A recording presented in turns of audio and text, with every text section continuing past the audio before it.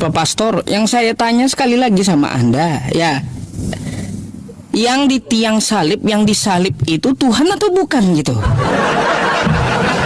Yang manusia di tiang salib itu, ya, Tuhan atau bukan? Itu saya katakan Tuhan, tapi dalam kemanusiaannya, ngerti nggak? Tuhan dalam kemanusiaan. Iya. Tuhan dalam kemanusiaan, Tuhan dalam kemanusiaan. Jadi Tuhan itu di dalam manusia gitu. Iya, dalam manusia, Tuhan dalam manusia. Oh, berarti Bapak Roh Kudus ikut tersalib. Ketuhanannya, maksudnya Iya. kemuliaannya. Iya, saya tahu berarti Bapa dan Roh Kudus ikut juga tersalib gitu. Karena di dalam manusianya. Tidak ikut tersalib. Tidak ikut. Iya. Berarti lepas ketuhanannya. Lepas ketuhanannya. Berarti kalau lepas ketuhanannya yang di tiang salib bukan Tuhan. Bukan Tuhan lagi, sudah kemanusiaannya. Berarti Anda ya bilang di awal tadi seharusnya yang di tiang salib bukan Tuhan. Gimana sih muter-muter ya, berbelit-belit dah sama saya. Bingung jadinya. Nah, tapi setelah dia dikubur, kemudian dia menunjukkan ketuhanannya, kealahannya, dia bangkit lagi. Nah, ya gini Pak Pastor, saya kasih tahu Anda. Berarti dosa Anda ditebus oleh yang bukan Tuhan. Gimana sih? Udah saya tekankan di awal, kalau lepas ketuhanannya berarti dosa Anda ditebus yang bukan Tuhan di tiang salib. Macam mana? Masukkan logika. Ditebus oleh Tuhan. Katanya di tiang salib udah melepas ketuhanannya. Ya, tapi setelah dosa kami ditebus, maka ya udah bebas. Nah, setelah itu dia bangkit lagi untuk menunjukkan ternyata Tuhan itu luar biasa. Dia bisa Jadi begini ya Pak Pastor. Artinya gini, segala nubuatan ya, terus katanya penebusan dosa dengan memakai darah manusia. Tuhan datang menebus dosa, ternyata hoax karena yang menebus bukan Tuhan. Mana sih? Yang menebusnya bukan Tuhan, masalahnya di tiang salib, tapi manusia. Tuhan yang menebus. Satu contoh saya katakan, ya. Nah, satu contoh. Nah, ibarat seorang polisi. Nah, jadi kan orang kan akan takut kepada polisi. Orang kan takut kepada polisi, kepada orangnya atau kepada bajunya. Belum tentu orang takut sama polisi, Pak Pastor. Karena bajunya. Nah, coba kalau dia pakai baju preman seperti itu. Waduh, Pak Pastor, polisi, dia gini ya, polisi sama saya, dia pakai baju polisi, saya nggak takut, saya ajak berantem, dia berani saya. Yang bikin orang takut dengan polisi itu senjatanya, bukan bajunya. Kita kan mengenal polisi kan dari pakaiannya, betul? Nah, terus? Tapi kalau dia kan melepaskan pakaiannya, kita kan nggak tahu bahwa dia polisi. Nah, jadi sehingga kita kan bisa berbincang-bincang dengan. Coba kalau dia memakai kepolisiannya, bajunya, maka orang-orang kan akan segan. Tapi kalau dia berpakai baju preman, maka bisa akan berbincang-bincang. Jadi sama seperti Tuhan. Nah, dia melepaskan kemuliaannya di surga dan menjelma menjadi manusia supaya dia bisa dekat dengan manusia berdosa. Supaya manusia bisa ditebus. Manusia bisa diajari oleh Tuhan. Kebalik ya teman-teman.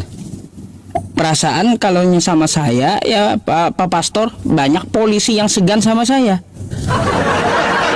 Padahal saya pakai baju biasa tuh, kayak gini aja gitu. Kayak gimana? Nggak cocok, nggak masuk itu analogi. Maksudnya itulah satu perumpamaan yang saya katakan. Artinya supaya mengerti kenapa kenapa Tuhan bisa menjelma menjadi manusia begitu. Jadi Anda mau samakan Tuhan dengan polisi gitu? Bukan saya samakan, tapi begitu istilah satu perumpamaannya. Perumpamaan. Oh, pusing kali ya, berbelit-belit gitu, Pak Pastor. Iya, saya aja pusing dengar Pak Pastor loh. Supaya Pak Ustadz jangan pusing, makanya saya buat satu terjemahannya, saya umpamakan begitu. Supaya Ustadz paham, ada pemahamannya tentang bagaimana Yesus bisa menjadi manusia, begitu. Sekarang saya mau tanya deh ya, untuk menebus dosa itu nabi mana atau nubuatan mana yang mengatakan menebus dosa pakai darah manusia? Maksudnya gimana? Katanya kan Yesus di tiang salib itu udah dinubuatkan dia menebus dosa manusia, betul? Ya, betul. Siapa yang menubuatkan nebus dosa manusia itu pakai darah manusia?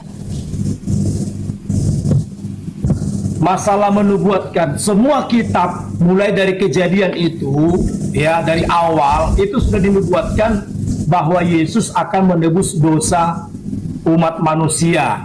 Satu pun nggak saya temui, Pak. Di perjanjian lama itu menebus dosa pakai darah manusia, satu pun nggak pernah saya temui. Nabi mana atau ajaran mana ya di perjanjian lama mengatakan kayak gitu? Bukan. Itu dalam kitab Yesaya 53. Aduh, Anda yakin bahwa Yesaya 53? Ya, saya yakin. Baik. Di Yesaya 53 nomor 10, penebus dosa itu ya, penebus itu ya, dia akan melihat keturunannya, umurnya akan panjang. Kalau itu untuk Yesus, coba Anda tunjukkan sama saya keturunan Yesus. Enggak usah jauh, istrinya aja dulu dah, istrinya tunjukin sama saya. Siapa? Istri Yesus, karena di situ orang yang menjadi korban penebus dosa itu dia akan melihat keturunannya, umurnya akan panjang. Nah, Yesus tidak punya keturunan. berarti bukan untuk Yesus Yesaya 53 itu ah. Yesus tidak punya istri.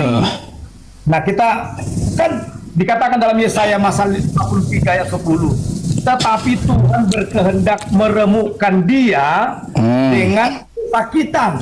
Jadi artinya sendiri yang korban. Nah, apabila ia menyerahkan dirinya sebagai korban penebus salah, ia akan melihat keturunannya. Artinya manusia-manusia itu, ya. Siapa manusia? Pak Pastor, jangan Anda ubah kitab Anda. Jangan diubah-ubah kitab Anda. Di situ dia akan melihat keturunannya. Coba Anda buka bahasa Ibraninya. Yang dimaksud di situ adalah dia akan melihat anaknya. Gimana sih? Mana anak memang, Yesus? Memang kalau Ustadz kalau mengerti kitab suci Kristen memang sulitnya. Kenapa? Karena memang tidak paham. Saya juga sama seperti untuk mengerti Al-Quran, saya juga tidak paham. Lah, kalau saya kan baca, Pak Pastor, baca yang tertulis di kitab Anda. Bahkan saya tahu tanpa melihat kitab Anda gitu. Saya baca di Yesaya 53 nomor 10 itu ya, mana keturunan Yesus? Perhatikan dulu, baca dulu pelan-pelan dulu. Itu tentang siapa? Apabila dia menyerahkan dirinya untuk korban penebus dosa, ia akan melihat keturunannya dan umurnya akan panjang. Mana keturunan Yesus?